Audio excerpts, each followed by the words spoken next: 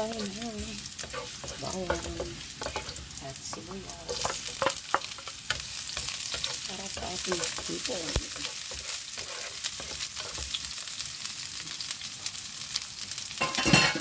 Sorry.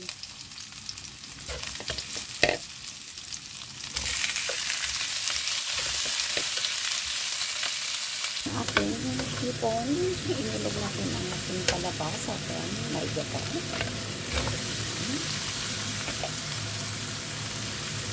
Lagyan natin ang gata pagbulit. Ang kalabasa.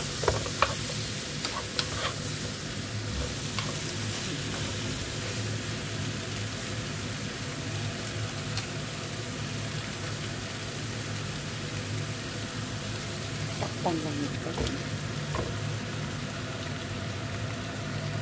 Ayan, may tanglad. Para masarap. Para mapagod. Ating gulay. Ayan, hulagyan na natin ang gata. Salata lang ang ating gata dahil wala tayong niyog dito.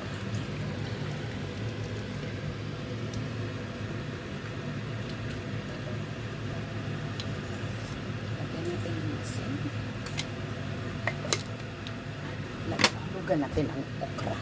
Ang ibang gulay. Tiyaga na lang tayo sa kalabasa, hipon, tsaka okra. Sarap. Ihulog ko ng aking okra. Sarap ng aking ulam.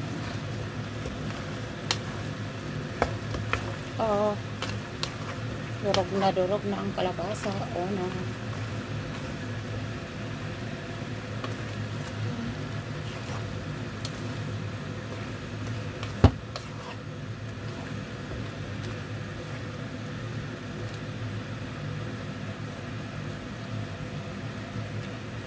Yummy.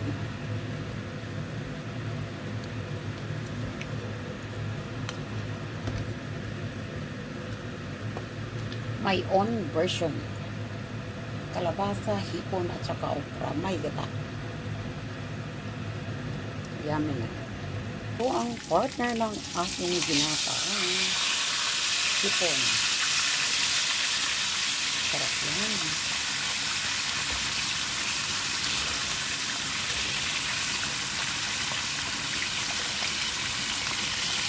Thank you for watching. Pagkaluto nito, kainan na.